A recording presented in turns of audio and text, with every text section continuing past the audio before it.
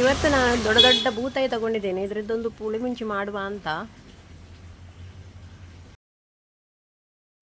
ಈಗ ಮಸಾಲೆಗೆ ರೆಡಿ ಮಾಡುವ. ಖಾರಕ್ಕೆ ತಕ್ಕ ಮೆಣಸು ತಗೊಂಡಿದ್ದೇನೆ, ಕೊತ್ತಂಬರಿ, ಬೆಳ್ಳುಳ್ಳಿ, ಹುಳಿ, ಚೂರು ಮೆಂತೆ. ಇದನ್ನೆಲ್ಲ ಈಗ ಕಡಿಯುವ.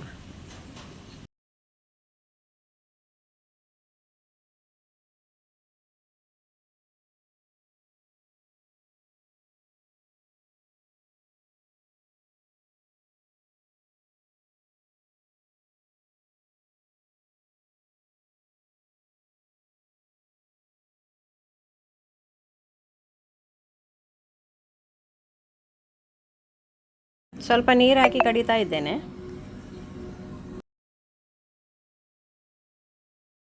ಈಗ ಹುಳಿ ಮತ್ತು ಅರಶಿನ ಹಾಕ್ತಾ ಇದ್ದೇನೆ.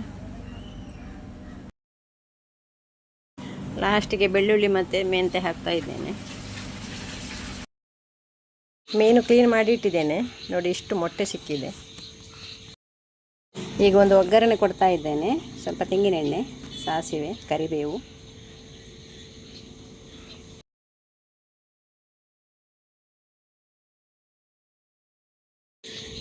ಆಮೇಲೆ ಒಂದು ನೀರುಳ್ಳಿ, ಒಂದು ಟೊಮೆಟೊ ಎಲ್ಲವನ್ನು ಫ್ರೈ ಮಾಡ್ತಾ ಇದ್ದೇನೆ.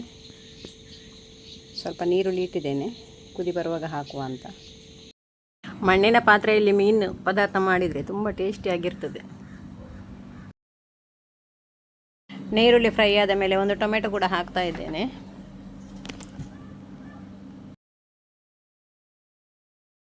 ಈ ಥರ ಪುಳಿಮುಂಚಿ ಮಾಡಿದರೆ ತುಂಬ ಒಳ್ಳೆಯದಾಗ್ತದೆ. ಇದೇ ರೀತಿ ಮಾಡಿ ನೀವು ಕೂಡ. ಫ್ರೈ ಆಯಿತು, ಈಗ ಮಸಾಲೆ ಹಾಕುವ.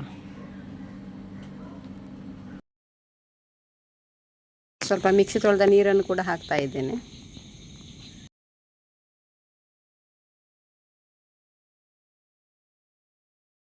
ಸ್ವಲ್ಪ ಶುಂಠಿ ಕೂಡ ಕಟ್ ಮಾಡಿ ಹಾಕ್ತಾ ಇದ್ದೇನೆ. ನೀರುಳ್ಳಿ ಕೂಡ ಹಾಕ್ತಾ ಇದ್ದೇನೆ. ಈಗ ರುಚಿಗೆ ತಕ್ಕಷ್ಟು ಉಪ್ಪು ಹಾಕ್ತಾ ಇದ್ದೇನೆ.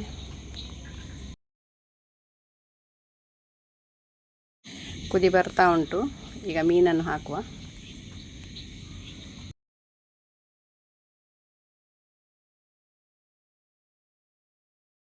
ರೆಡಿ ಆಯಿತು ನಮ್ಮ ಬೂತಾಯಿ ಪುಳಿಮುಂಚಿ.